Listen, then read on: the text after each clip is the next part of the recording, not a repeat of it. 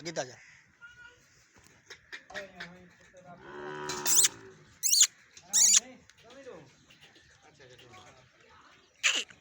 ठीक है ना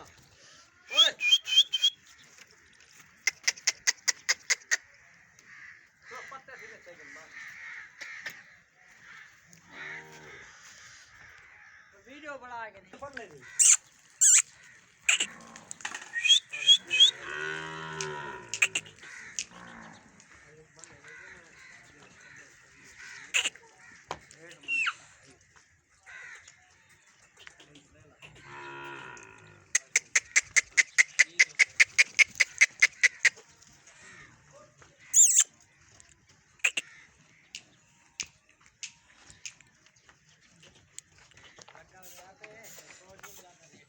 बात करो मतलब